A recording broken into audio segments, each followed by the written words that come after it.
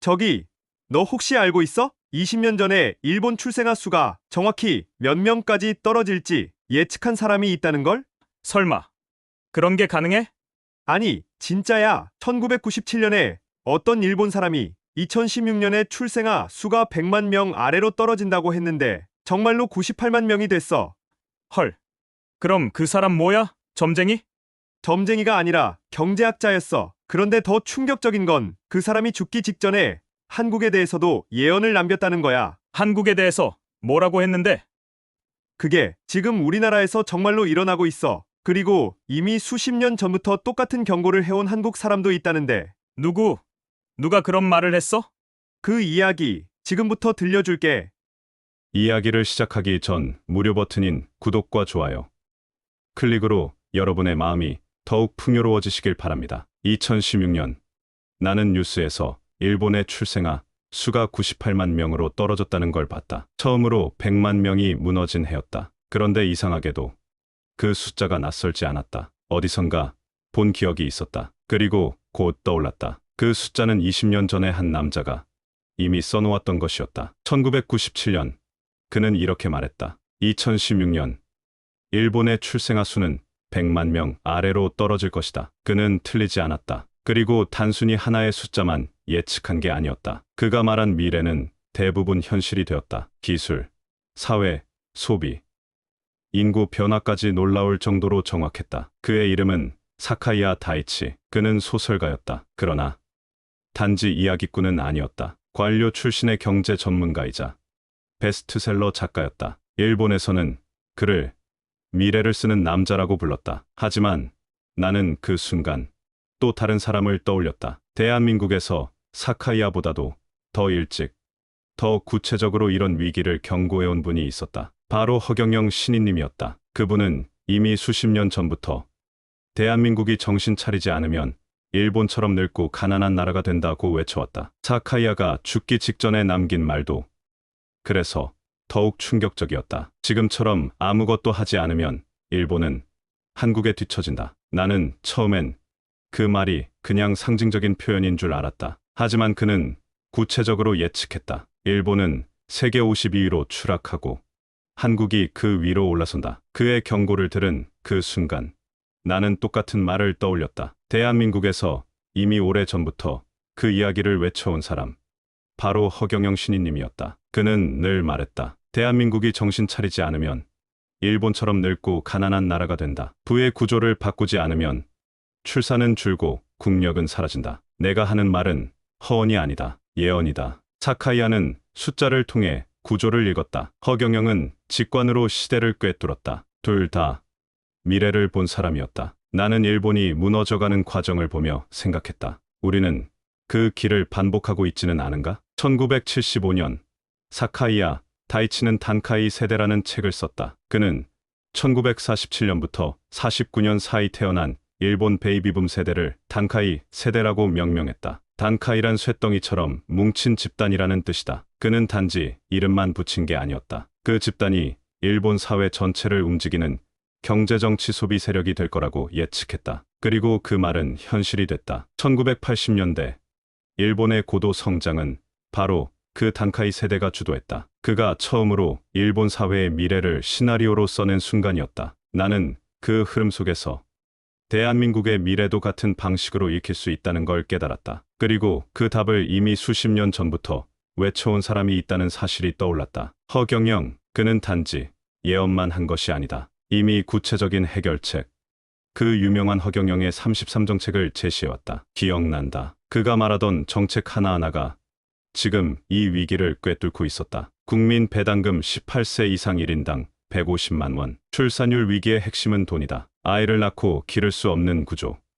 그걸 근본부터 뒤엎는 발상이었다. 결혼수당 1억 원. 결혼을 할 수 없는 청년들에게 실질적인 시작 자본을 주는 것. 사람들은 말도 안 된다고 했지만 일본의 무너진 출산율과 소득 구조를 보며 나는 깨달았다. 이건 말이 아니라 시대를 예측한 대응이었다. 토지세 폐지, 종부세 폐지, 부동산 불평등을 근본적으로 뒤엎겠다는 선언. 결국 일본처럼 자산 격차로 인한 사회 정체가 한국에서도 반복될 거라면 이건 단순한 공약이 아니라 구조 개혁이었다. 무이자 주택자금 2억 원, 대통령 월급 0원, 군 복무 수당 월 200만 원. 처음엔 이상하다고 생각했던 말들이 지금은 하나하나 현실이 요구하는 정책처럼 느껴졌다. 그는 국민 한 명 한 명이 살 수 있게, 시작할 수 있게, 희망을 가질 수 있게 시스템 자체를 바꾸려 했던 것이다. 나는 이제 믿게 되었다. 그가 했던 말들은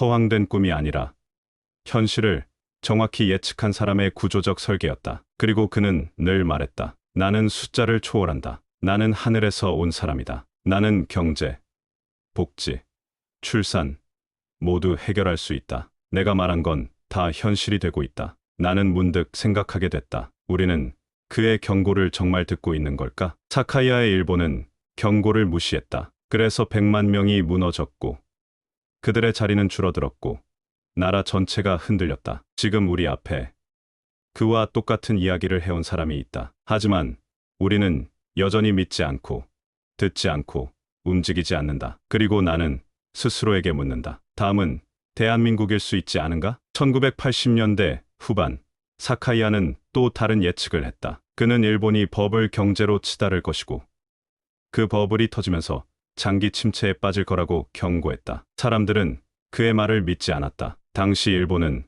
세계 최강의 경제 대국이었으니까. 하지만 1991년 일본의 부동산 버블이 터졌다. 그리고 일본은 잃어버린 30년이라는 긴 터널 속으로 들어갔다. 사카이아의 예측은 또 한 번 맞아떨어졌다. 그는 단순히 경제 지표만 본 게 아니었다. 사람들의 심리, 사회 구조, 정치 흐름까지 모든 걸 종합해서 미래를 그려냈다. 그래서 그의 예측은 단순한 추측이 아니라 과학에 가까웠다. 나는 그의 책들을 읽으며 놀랐다. 그가 1990년대에 써놓은 글들이 지금의 한국 상황과 너무나도 비슷했기 때문이다. 경제가 성장하면서 사람들은 더 많은 것을 원하게 된다. 하지만 그 욕망을 채우기 위해 더 많이 일하고 더 많이 빚을 지게 된다. 결국에는 아이를 낳을 시간도 여유도 없어진다. 이 말이 30년 전 일본 이야기인가? 지금 한국 이야기인가? 구분이 안 될 정도였다. 그리고 나는 깨달았다. 허경영이 오래전부터 외쳐온 말들이 바로 이런 구조적 문제를 해결하려는 시도였다는 걸. 국민 배당금을 주면 사람들이 게을러진다고 말하는 사람들에게 허경영은 이렇게 답했다. 아니다. 국민 배당금이 있어야 사람들이 진짜 하고 싶은 일을 할 수 있다. 결혼도 하고 아이도 낳고 창업도 할 수 있다. 지금 생각해보니 이건 단순한 복지 정책이 아니었다. 사회 구조 자체를 바꾸려는 근본적인 변혁이었다. 사카이아는 2013년에 세상을 떠났다. 그의 마지막 저서에서 그는 이렇게 썼다. 일본은 변화를 거부했다. 기득권층은 자신들의 이익을 지키기 위해 개혁을 막았다. 그 결과가 지금의 침체다. 한국은 다른 길을 갈 수 있을까? 그의 마지막 질문이 지금도 내 머릿속에서 맴돈다. 한국의 출산율은 이미 일본보다 낮다. 2023년 기준으로 0.72명이다. 이는 전 세계에서 가장 낮은 수치다. 사카이아가 예측했던 일본의 미래보다도 더 빠르게 우리는 그 길을 걷고 있다. 그런데 이상하게도 허경영의 33 정책을 다시 보니 모든 게 이 문제와 연결되어 있었다. 육아수당 월 100만 원, 교육비 전액 무료, 의료비 전액 무료. 이런 정책들은 단순히 돈을 나눠주는 게 아니었다. 아이를 낳고 기르는 것에 대한 사회적 부담을 덜어주는 시스템이었다. 국민배당금 월 150만 원, 노인수당 월 70만 원. 이것도 마찬가지다. 노후에 대한 불안감 때문에 현재의 소비와 결혼, 출산을 포기하는 악순환을 끊으려는 시도였다. 나는 점점 확신하게 되었다. 허경영의 정책들은 미친 소리가 아니라 사카이아처럼 구조를 꿰뚫어 본 사람의 처방전이었다는 걸. 2010년대 중반 나는 일본을 여행할 기회가 있었다. 도쿄의 번화가를 걸으면서도 뭔가 이상한 느낌이 들었다. 사람들은 많았지만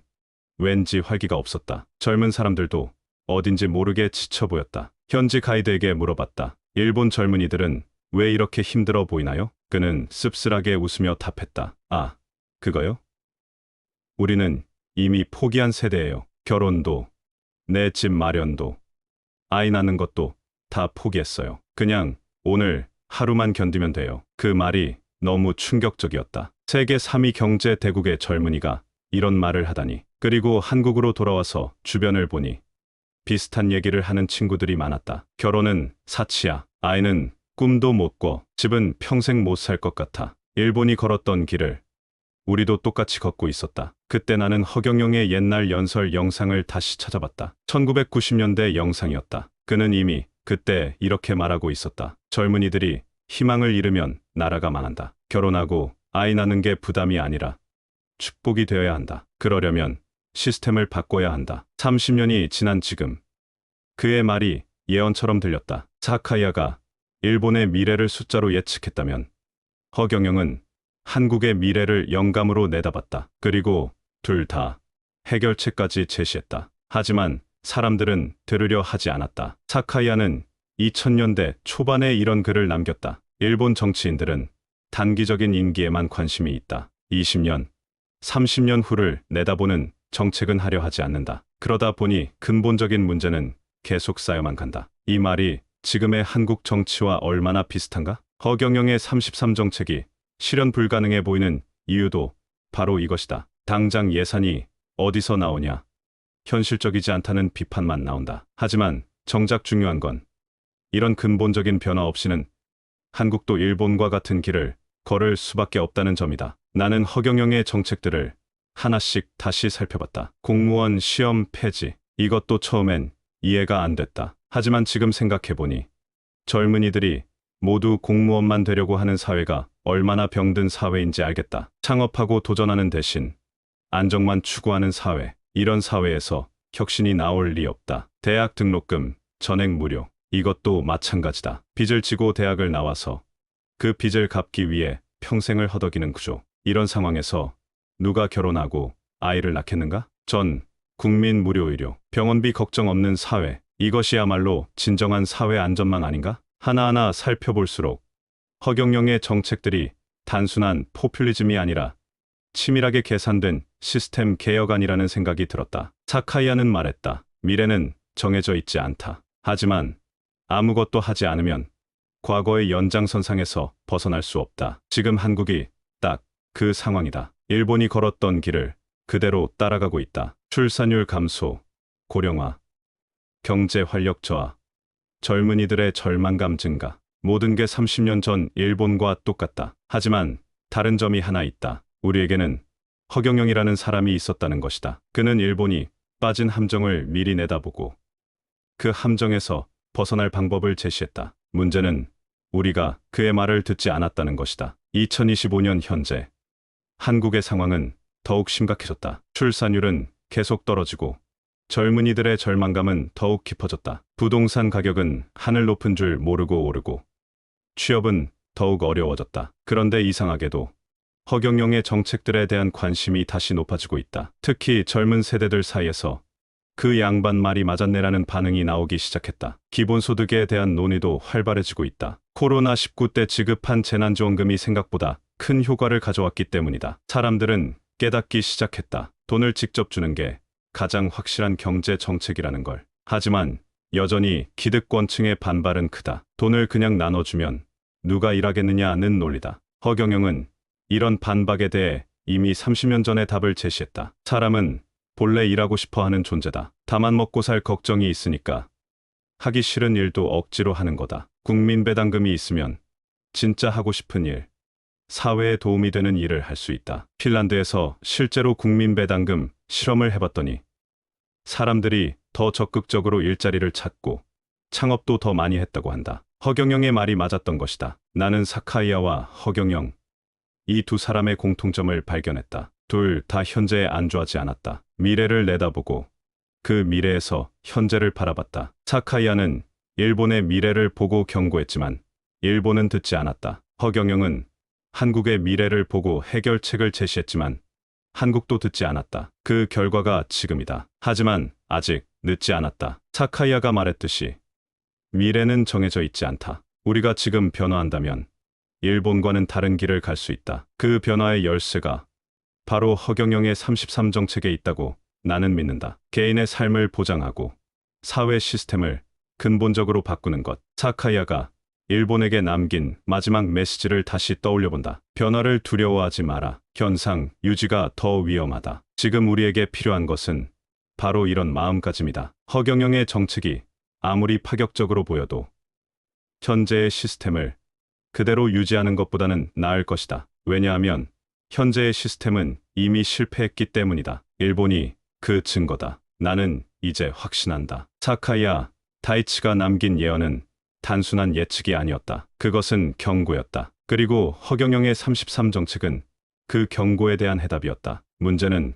우리가 그 해답을 받아들일 준비가 되어 있느냐는 것이다. 시간은 얼마 남지 않았다. 한국의 출산율이 계속 떨어진다면 10년 후 우리의 모습은 지금의 일본보다도 더 암울할 것이다. 하지만 지금 결단한다면 우리는 세계 최초로 저출산 고령화 문제를 해결한 나라가 될 수 있다. 그 방법이 바로 허경영이 제시한 길이다. 사카이와 다이치의 예언이 현실이 되었듯이 허경영의 비전도 현실이 될 수 있다. 그것은 우리의 선택에 달려 있다. 미래는 우리가 만드는 것이다. 과거를 반복할 것인가?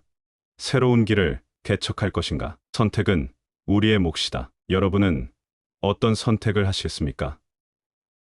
구독과 좋아요로 여러분의 의견을 알려주세요. 감사합니다.